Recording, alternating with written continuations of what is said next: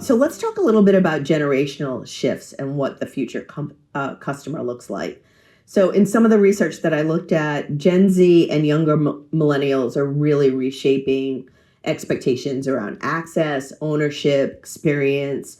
Younger consumers value flexibility, experience, and digital fluency over traditional ownership models.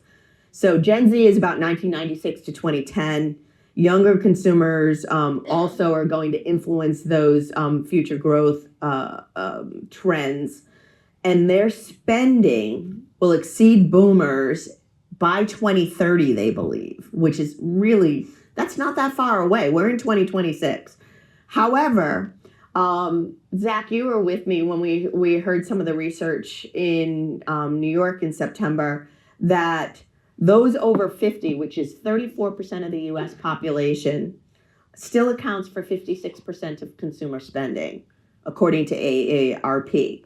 So I'm going to go to Lauren and to Stephanie. And my question is, how do companies balance? Because we don't have unlimited budgets. Would be nice, but it doesn't happen.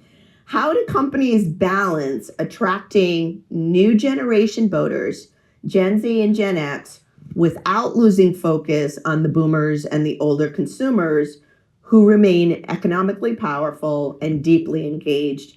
And Lauren, you talked to me about the fact that, especially with the stress that's coming now, that people have moved to like, what's going to turn the dial in short-term sales, but we can't lose sight of the rest. And you talked about the explosion of media channels too, which there has been. Yeah, there's so much to unpack. This is my favorite topic. You can reel me in here. But I would say generationally, I think that obviously I'm really passionate about this. This is super interesting, but I tend to believe that innovations that are good for the next generation, that attract the next generation into the industry, benefit all generations.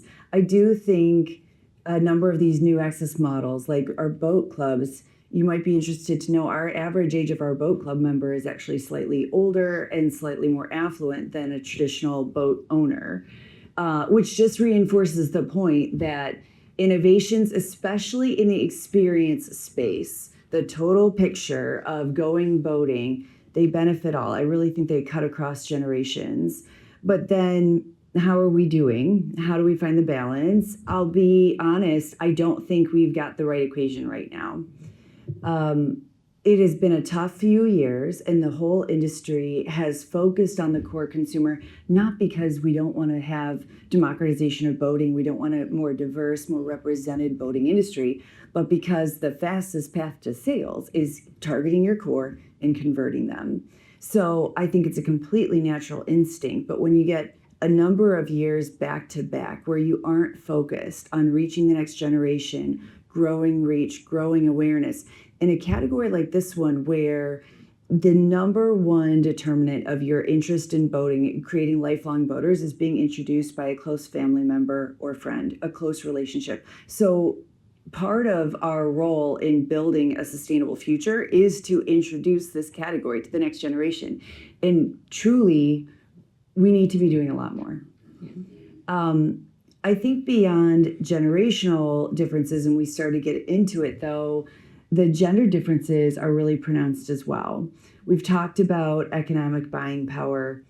There is $128 trillion poised for transfer between generations by 2030. 70% of that is going to women. So when Stephanie talks about an extra $1 billion, I would say that's conservative. And women still, I'm going to overly generalize here, but still women tend to carry more burden in their household duties. They're working more than they were in the past. There is more women in dual income households than in the past. So as an industry, before we even get into brand choice, what are we doing as an industry to alleviate some of the time constraints or time competition? What are we doing to make sure we're reflecting our female constituents in our product design? We spend a lot of time on that. Actually, she's in the room today, Carrie Fedor. She leads our foresight work for our boat group. She held a product session yesterday with Women on the Water, which is our network of 700 women who are passionate about building a sustainable future. and just did a design review that focused on walk me through from your point of view, what are some of the things you're noticing? What are some of the examples that might be different based on what women see versus men? And actually, they came up with one that I'm very passionate about. It's a very small example, but a lot of them gravitated towards the Navon T30 frameless windshield. I feel like for the women in the room, you might recognize why women are gravitating towards the frameless windshield. I'm 5'5". I'm completely average. And many boats that I go on, the windshield frame cuts right across my sight line. And so in this design review now, you got all these women who are like, oh, I really love this windshield. So something that's so innocent can be really impactful when you get there's a Yogi Berra quote. It's amazing what you can see if you just look. Yeah, exactly.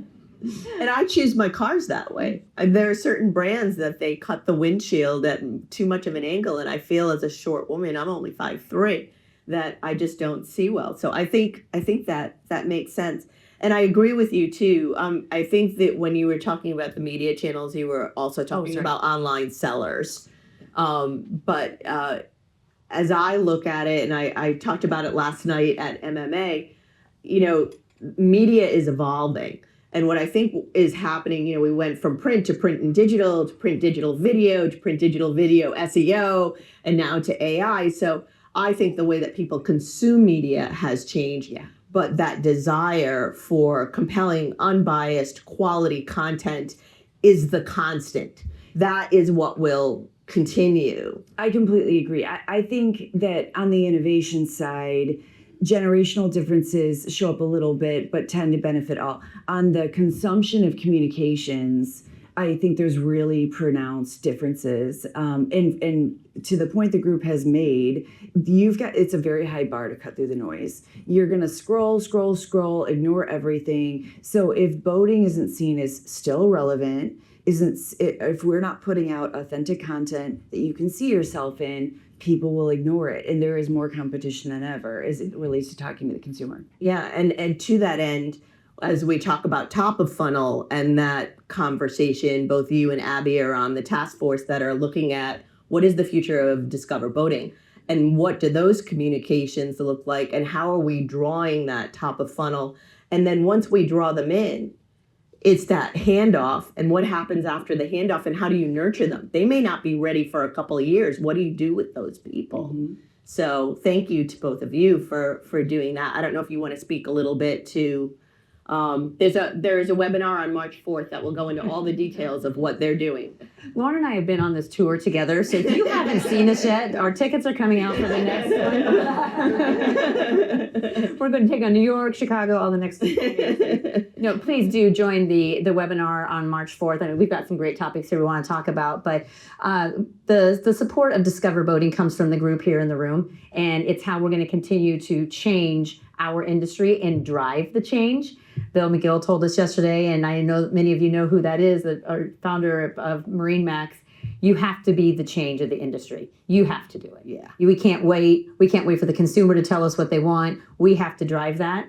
And that's what Discover Boating is going to do, and do it well with the data that we are gathering, the analytics that we're gathering, the health score, and exactly what Michelle said is making sure we know what that consumer wants and when they want it and getting them to the right place at the right time. I'll let Lauren take it from here, but that's the biggest piece is that alignment of who does what and doing what you do well, rather than all of us halfway playing in the pool.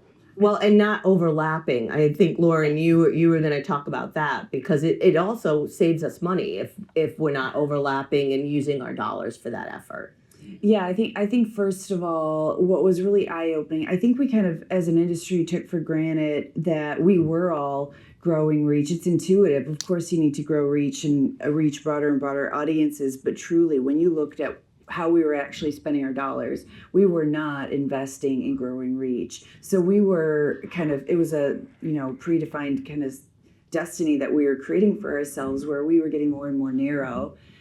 So just the alignment and the agreement that this really matters. It matters right now. We cannot sacrifice the future for the short-term gains was a huge win. And then, yes, I think as we got into what are the actions, the tactics that all the parts of the ecosystem between the manufacturers, the dealers, our industry associations like Discover Boating, MRAA, what are we all doing? We were all trying to do the same thing. And the way I did, And all spending money on it. and all spending money on it. So that's an inefficient dollar. And the way I explain this super simply is the way that we will connect and move consumers into this ecosystem is like a relationship. You cannot just walk. I'll do it to you because when I proposed to Thomas the other day, he was like, "What do I say?" He panicked. Actually, it worked really well. I don't know. So I explain it like a relationship. I cannot just walk up to Abby and say, "Marry me." And it doesn't get easier if I'm like, "Marry me, I'm on discount."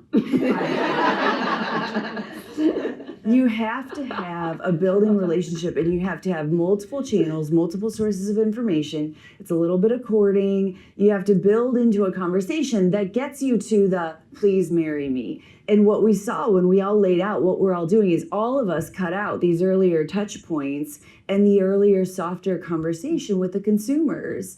So when you think about the There dollars, was no courtship. right, there was no courtship. So you think about the dollars we're spending to convert, those are inefficient dollars because we've tried to skip all the earlier steps of the conversation. So it is a supernatural intuition. However, it was sub-optimized. And when we all line up and do our part of the system, where you've got an organization like Discover Boating pulling people into this industry in terms of interest, attraction, participation, then you have the OEMs, the brands, manufacturers building interest in specific brands, and the dealers really getting people over the line and selling them on that total experience. Now you've got all your dollars lined up as efficiently as possible. That is much easier said than done. Yes, it is. Well, and Stephanie spoke to me about the fact that we really need to customize and tailor it because no one group is the same. So segmenting the way that you do that courtship is really important. Yeah, I think we have this a little bit of this mentality, and I'm generalizing here too. Serve that traditional customer. Go where your sales are, right? And that makes sense. Good. And don't business. forget that, right? That's don't forget important that. too. Your You're repeat super buyer important. is, yes. But the good news is, in the digital age, there's a lot you can do on a low budget and low time commitment to experiment. I think we always need to set aside time to be experimenting on new things, the growth, the new audiences, what's working, and iterate. When I ran the Take Me Fishing campaign for RBFF, we never did the same thing every year. Never. Because you stop, you pause, you look what worked the previous year, you see what's going on in the consumer mindset, you look at what's happening with your customer, and then you adapt and change and grow. That's how you iterate, that's how you serve your people and those who may be coming into the market.